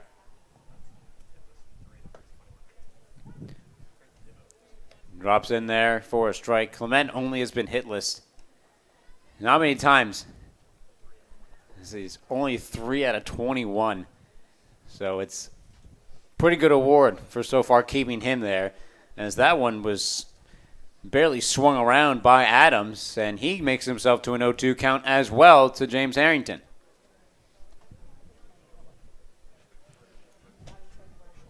Wind is still gusting here around McKeon Park. as the flag in center field has moved in multiple directions every time. It has not blown out, though. It's usually been blowing in and going left to right. Harrington, the 0-2 pitch, and that one just avoids hitting Johnny Adams as he moves out of the way for ball one. Yeah, I almost thought that it hit his hands inside. But nonetheless, Harrington getting the 8th inning here. Now Stevens is up in the pen. Swing and a miss, and they are going to tag Adams. He's slightly confused, and maybe he thought he tipped it possibly, but didn't even make an attempt over to first. But either way, 2 are down for Harwich here in the top of the 8th. And he's still talking to Tim Carey over at home plate, and now Harwich wants to get involved a little bit more here, and they will have a chat here as Adams has just made it back into the dugout. And it'll be a brief conversation. Not really sure why. I would have to think he thought he foul tipped it. That would be the only reason I would think that he would stand in that box, because it popped out of the glove of Cullen. Yeah, I think that he thought he foul tipped it, but nonetheless, 2 down. Now Cave warming in the bullpen. Swing and a miss at the changeup down low by Cal Raleigh, the catcher. And with Tyler Stevens, who's been the 8th inning guy, departing in a little less than 2-3 weeks. As that one is lifted, Netzer gets under it, and he makes the catch for the final out as James Harrington goes another 1-2-3 inning with a strikeout to go with it, and it's a 1-0 game. And I was going to say, James Harrington, he could be that 8th inning guy in replace of Tyler Stevens when he leaves. He proves it right there in those 3 strong innings in relief. 1-0 game for Hyannis as we head to the bottom of the 8th here at McKeon Park on the Cape Cod Baseball League Network.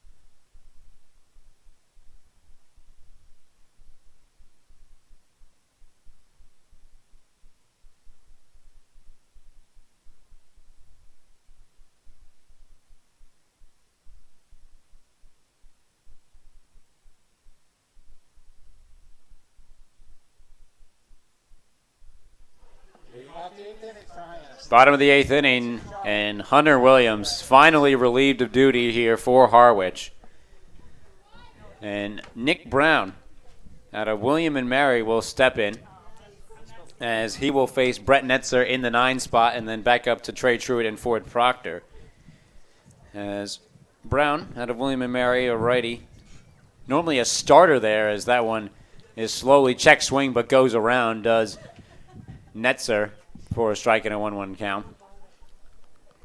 As all 16 appearances were starts, a 5.53 ERA as that fastball goes there for a strike. 5-7 record, 96 innings pitched, 59 earned runs, a batter average against of 265, 85 walks, and 41 walks and 85 strikeouts for him, and 99 hits while at William and Mary. Hyannis, a 1-0 lead here in this bottom of the 8th inning. As that one misses outside, and Brett Netzer works a full count. Brown in his 7th appearance here on the Cape. Netzer grounds that one right into the glove of Bird at second. He makes a throw over to put one away. And here in his 7th appearance, got his first win in his last appearance on the 4th of July. Pitched 2/3 of an inning against Brewster and picked up the win in 5 batters faced. Walked 2, gave up a hit.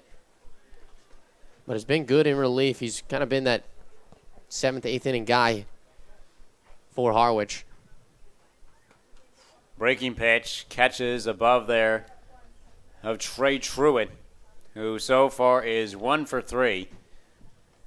And that one as well cuts in on him, and it'll be an 0-2 count.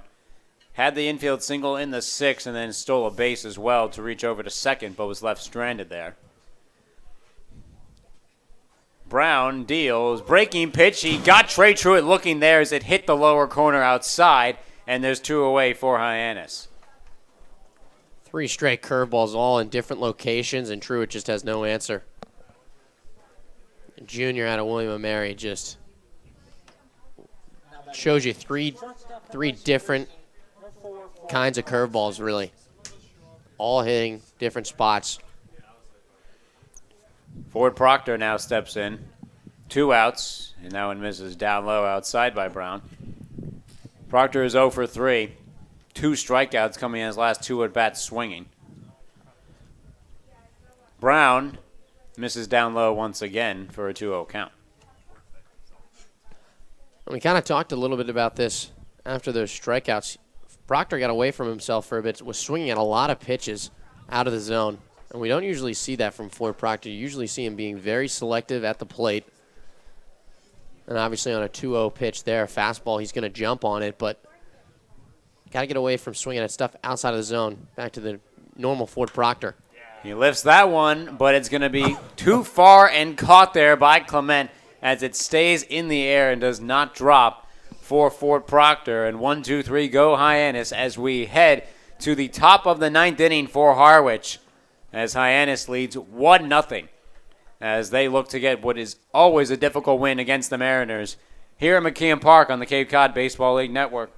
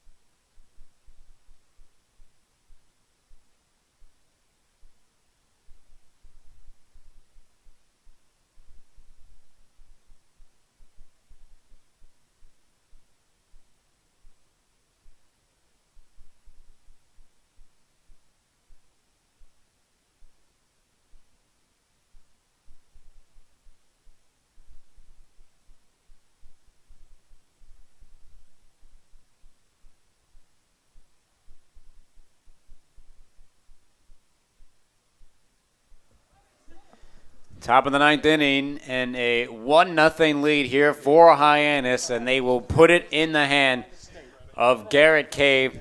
The Florida International Panther will step in here for Hyannis. Golden Panther.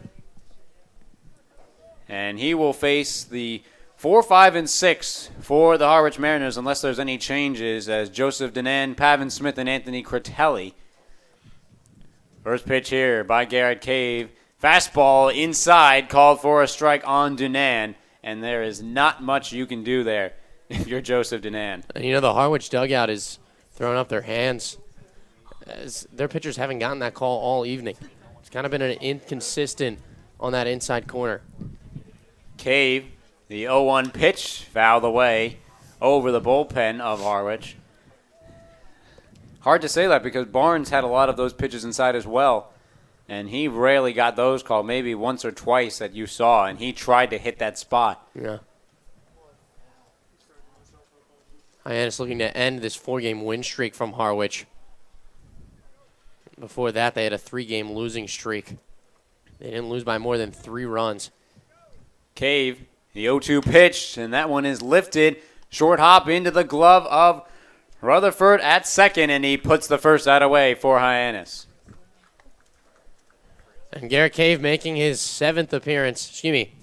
That is just completely off. His 12th appearance here on the Cape League. Most for Hyannis out of the bullpen. He's only given up 3 earned runs in 12 games pitched. Now 10 innings pitched. He's got 5 saves on the year for Hyannis. First pitch into Pavin Smith. Misses outside for ball 1.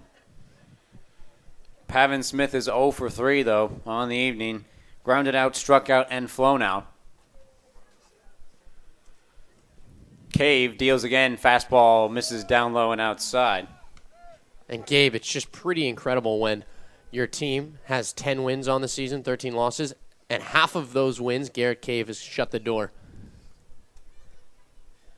The 2-0 by Cave, and that misses outside as well as Smith is just watching them go by.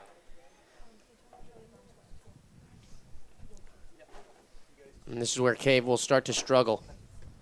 Where he's missing the zone. He's got 6 walks on the year. 3-0 pitch to Pavin Smith, and that one misses outside, and he draws a 4-pitch walk, and the tying run is aboard for Harwich. And you know, for Cave, that is always the start of things. When he walks a guy on 4 pitches, as you saw against YD, he walked a guy, and then he gave up a hit. Bases were loaded, and he had to work himself out of a jam. But unfortunately, there was a walk-off suicide squeeze. YD won that game.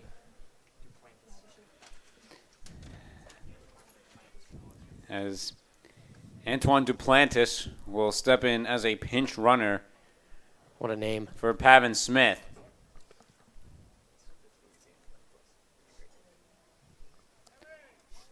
Cave, first pitch, fastball inside to Anthony Critelli.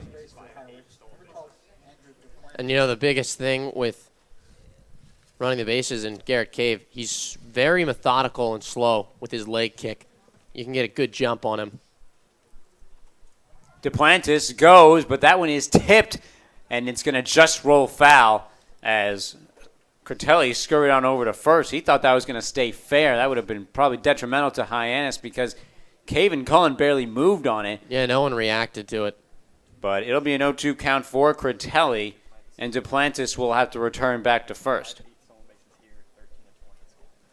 And Ray Corn's going to come out and talk with Garrett Cave, and this conversation is about holding the runner at first. Cave is very slow in his delivery to home plate, and that's his biggest problem. He's very easy to steal on. You can take second, you can take third off of him, even though it's coming in at 95 miles an hour. And Corn, he's just going to talk things over about holding guys on, holding the bases.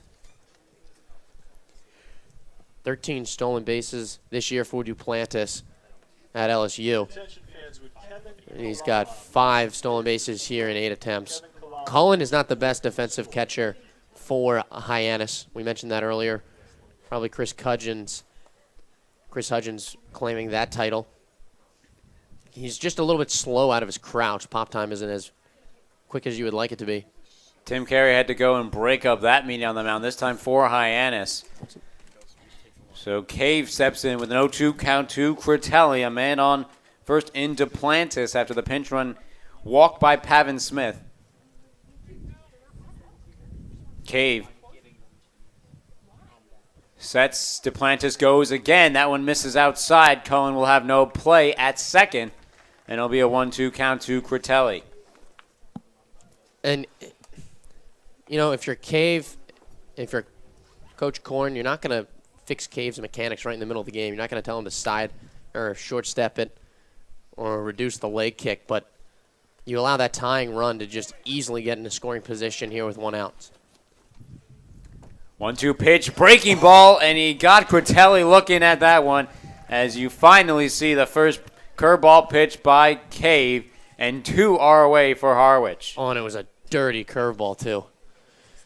That is just a filthy pitch for Garrett Cave. It's kind of a slider, to be honest. I mean, it just ducks in there.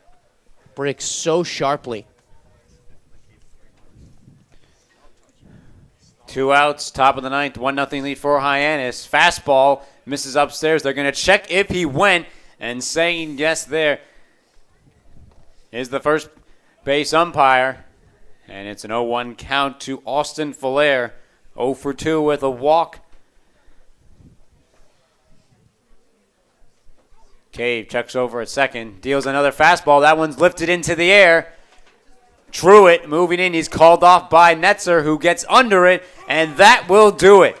The Hyannis Harbrox get a 1-0 win against the Harwich Mariners as they give them their 8th loss of the season. They move to 16-8, and Hyannis moves to 11-13 on the season. Yeah, and Gabe, it's just a fantastic day for pitching on both ends. You knew it was going to be a pitching battle with the Harwich Mariners, and Hyannis, they didn't get many runs across in the 2 games that they faced them so far, but here in the third, they pushed that 1 run across.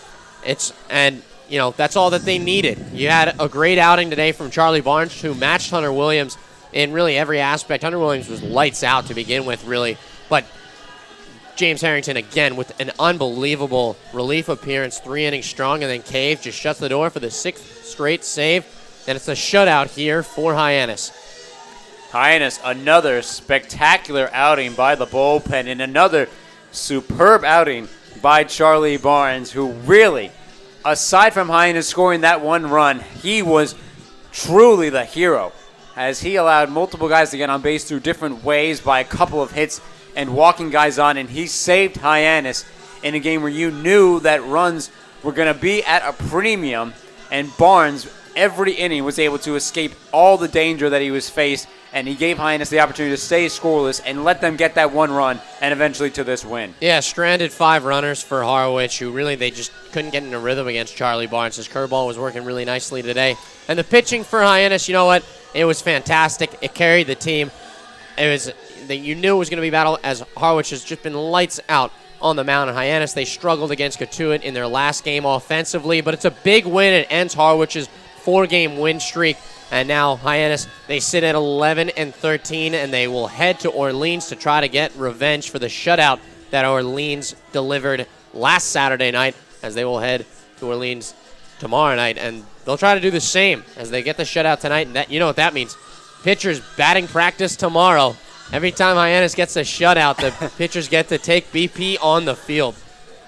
Hyannis has certainly earned it, not just with pitching, and they found a way to win this one here. A 1-0 win against the Harwich Mariners as they avenged the 1-0 loss. They lost and had an extra innings here earlier on in the season. For my broadcast partner, Jack Keffer, I'm Gabe Sussig. We hope you'll join us tomorrow at Eldridge Park for the game against the Orleans Firebirds. Until then, you've been listening to Harbrox Baseball on the Cape Cod Baseball League Network.